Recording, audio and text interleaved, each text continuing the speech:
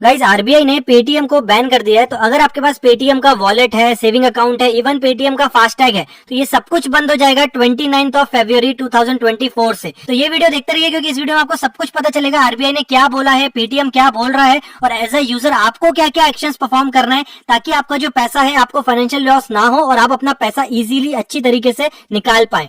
So hi guys, this is Siddhant and you are watching set talk. So guys 31 जनवरी 2024 को RBI ने एक press release किया है। इसमें बताया है कि पेटीएम की जो पेमेंट बैंक की सर्विसेज होती हैं उसमें अब आप डिपॉजिट्स नहीं कर पाओगे 29 फेब 2024 से। तो आपका फास्टैग, वॉलेट, एनपीसीआई, यूपीआई सारी चीजें यहाँ पे बंद हो जाएंगी। तो मैं आपको बताऊं क्या क्या चीजें होने वाली है। उसके पहले एक छोटा सा ब्रीफ देख लेते हैं कि पेटीएम स्टार्ट कहाँ से हुई। सो गाइस पेटीएम का नाम हो सकता है आपने कुछ सालों पहले सुना हो, बट ये कंपनी 2009 में स्टार्ट हुई थी। उसके बाद इन्होंने सबसे पहले अपने पेमेंट गेटवे स्टार्ट किए थे 2012 में। यहाँ पे ये सिर्फ मोबाइल रिचार्जेस बेचती थी। फिर धीरे धीरे उनको समझ आया कि क्यों ना अपन इसके अंदर वॉलेट सिस्टम लाया जाए। तो 2014 में पेटीएम ने अपना एक वॉलेट सिस्टम लॉन्च किया जिसमें आप पैसे ऐड कर सकते हो अपने बैंक अकाउंट से, फिर वॉलेट टू वॉलेट किसी को भी ट्रांसफर कर सकते हो। फिर इनको समझ आया कि यार ये पर्सनल हो रहा है, क्यों ना इसको अपन कमर्शियल लेके जाए, यानी कि शॉप्स ओनर को अपन एक क्यूआर कोड दे दे तो कस्टमर जाएगा। सो वो पैसा कस्टमर के पेटीएम के वॉलेट से निकल के क्यूआर कोड के थ्रू उस दुकानदार के पास चला जाएगा। सो 2017 में इन्होंने सबसे बड़ा जंप मारा जहां पे इन्होंने पेमेंट्स बैंक का एक लाइसेंस ले लिया। तो ये पूरी जर्नी रही है पेटीएम की। इसमें से जो ये पेटीएम पेमेंट्स बैंक है इसको रेड अलर्ट पे रख दिया गया आरबीआई ने और बोल दिया है कि बॉस आपकी इसके अंदर जितनी सर्विसेज आती हैं वो सब बैन हो जाएंगी। तो अब अपन समझ लेते हैं इनकी कंपनीज कितनी हैं। तो बॉस इनकी पेरेंट कंपनी का नाम है 197 कम्युनिकेशंस लिमिटेड, इसको ये बोलते हैं ओसीएल। इसके अंदर आप बोल सकते हो चाइल्ड है या एसोसिएट कंपनी है, वो है पेटीएम पेमेंट्स बैंक लिमिटेड जिसको बोला जाता है पीपीबीएल।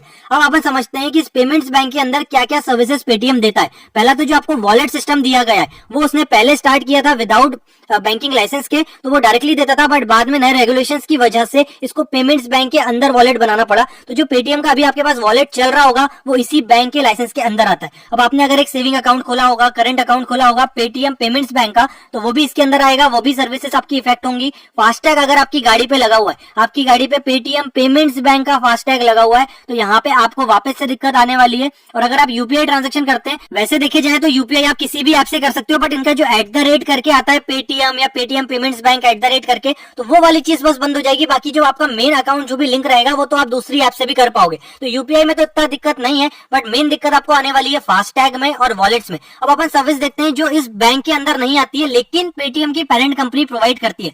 तो एक चीज का ध्यान रखिए, पेटीएम की जो ऐप है वो आती है अंडर 197 कम्युनिकेशन लिमिटेड। तो उसके अंदर दुनिया भर की चीजें भरी पड़ी हैं, बट उसके अंदर कुछ चीजें हैं जो पेटीएम पेमेंट्स बैंक के थ्रू आपको पेटीएम ऐप में मिलती है। तो अब जैसे आरबीआई ने बोला है कि पेटीएम पेमेंट्स बैंक का हम लाइसेंस जो है वो उसको होल्ड पे रख रहे हैं, तो इसके अंदर जितनी सर्विसेज है वो सब इफेक्ट हो जाएंगी, बट इसके बाहर जितनी सर्विसेज है वो अभी भी पेटीएम देता रहेगा। तो बाहर की सर्विसेज हो गई, लोन्स की हो गई, इंश्योरेंस हो गया, म्यूचुअल फंड हो गया, मनी ऐप हो गई। अब यहाँ पे आरबीआई का ये कहना है कि पेटीएम पेमेंट्स बैंक लिमिटेड ने हमारी बहुत सारी कंप्लायंस जो होना चाहिए एक बैंक की वो फॉलो नहीं करते हैं। हमने बहुत बार उनको बोला बट उन्होंने नहीं फॉलो किया, तो उन्होंने रिस्ट्रिक्शंस लगा दिए। क्या लगा दिए कि अब आप कोई भी डिपॉजिट या क्रेडिट ट्रांजेक्शन या टॉपअप ये नहीं कर सकते हैं फरवरी 29 के बाद। तो फेब 29 2024 के बाद कोई भी डिपॉजिट्स अलाउड नहीं रहेंगे, विड्रॉवल तो अभी भी चलते रहेंगे। आप फास्टैग यूज करते हो, वॉलेट यूज करते हो, कार्ड्स यूज करते हो प्रीपेड वाले, तो उसमें आप टॉपअप नहीं कर पाएंगे, बट जो एग्जिस्टिंग बैलेंस होगा, तो जब तक आपके पास एग्जिस्टिंग बैलेंस पड़ा हुआ है वॉलेट में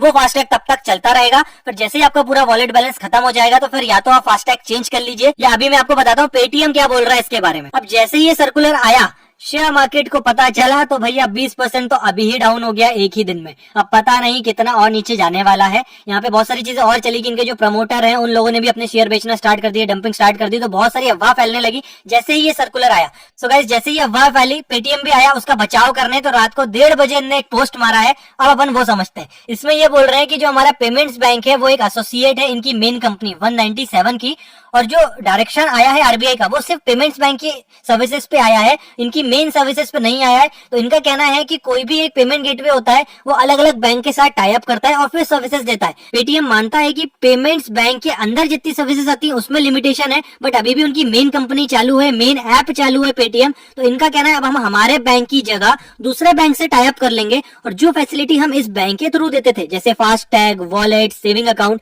वो दूसरे बैंक से टाई अप करके अभी भी आपको देते रहेंगे। तो आपकी कोई भी सर्विसेज इफेक्ट नहीं होगी, ऐसा इनका कहना है। और यहाँ पूरे नोटिफिकेशन में यही चीज उन्होंने बोली है कि अब हम क्या करेंगे, हमारी पेरेंट कंपनी को बोलेंगे कि और प्रायोरिटी पे दूसरी बैंकों के साथ अपने टाइप स्टार्ट कर ले, ताकि जो सर्विसेज बंद होने जा रही हैं 29 से एज पर आरबीआई, तो वो ऑटोमेटिकली दूसरे बैंक में शिफ्ट कर देंगे, ताकि आपकी जो सर्विसेज चल रही हैं वो एक तरह से बोल सकते हो ग्रे हेड सर्विसेज में चला लेंगे, यानी कि FASTag, wallet, UPI, QR sound box, payment gateway, ये सारी सर्विसेज अब क्या करेंगे ये कि ये पेटीएम पेमेंट्स बैंक के अंदर चल रही थी, इसको हटा के ये सारी सर्विसेज दूसरे बैंक के साथ टाई अप कर लेंगे। और पेटीएम एज अ वैसे भी सर्विस प्रोवाइडर है पहले से, बैंक तो उसने उसके अंदर एक अलग से एंटिटी बना ली थी जिसपे सारा सिस्टम हो गया ये सारा। तो उसका कहना है कि पेटीएम ऐप हमारी चालू रहेगी, फास्टैग वास्टैग हम चालू रखेंगे, हम बस ये करेंगे कि भैया जो चीजें इस बैंक से चल रही थी इसकी जगह हम दूसरे बैंक से टाई अप कर लेंगे, यस बैंक से, आईसीआईसी बैंक से, एचडीएफसी बैंक से, जिनके पास प्रॉपर लाइसेंस है, सारे कंप्लायंस वो फॉलो कर रहे हैं आरबीआई के,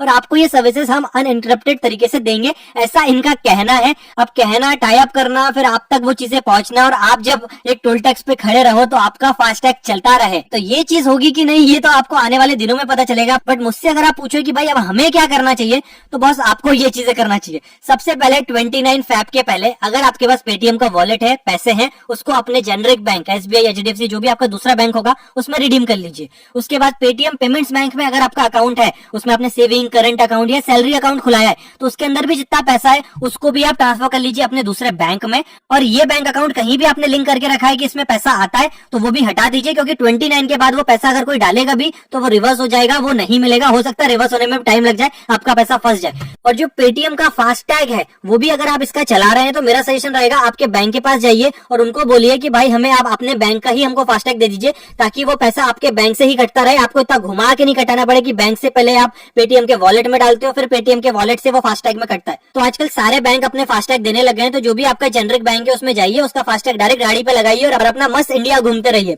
और अगर आप साउंड बॉक्स यूज करते हैं पेटीएम का अपनी शॉप्स पे, तो मेरा सजेशन रहेगा वो तो अभी लगे रहने दीजिए, देखते हैं आगे जाके शायद ये बैंकिंग पीछे से चेंज करें, दूसरे बैंक के थ्रू टाई अप करके वो साउंड बॉक्स चलता रहे। बट एज अ बैकअप एक अपने बैंक से भी साउंड बॉक्स ले लीजिए, आजकल बैंक भी साउंड बॉक्स देते हैं। अगर आपको नहीं पता है तो बैंक की ब्रांच में संपर्क करिए, कॉन्टैक्ट कीजिए, उनको बोलिए मुझे बैंक का ही क्यूआर कोड दे दीजिए, तो जो भी ट्रांजेक्शन होगा डायरेक्टली आपके बैंक के अंदर ही हो जाएगा और उसमें साउंड बॉक्स भी रहेगा। तो आपको वो वाली प्रोसेस भी नहीं करना कि पहले पैसा पेटीएम के पास जाएगा, फिर पेटीएम 1 से 2 दिन बाद आपके बैंक अकाउंट में क्रेडिट करेगा। यहाँ पे जो भी पैसा आएगा डायरेक्टली बैंक में ही चला जाएगा, तो वो बीच का जो पेटीएम की सर्विसेज है वो हट जाएंगी। तो ये चीजें अभी आप कर सकते हो। अब जाते जाते पेटीएम पेमेंट्स बैंक की वेबसाइट मैंने खोली तो यहाँ पे लिखा आ गया India most sincere bank is here. इतना सिंसियर है तो अब देखते हैं कि आरबीआई का जो रेगुलेशन रूल्स बना दिए हैं आरबीआई ने इसके ऊपर, वो भी ये फॉलो करता है।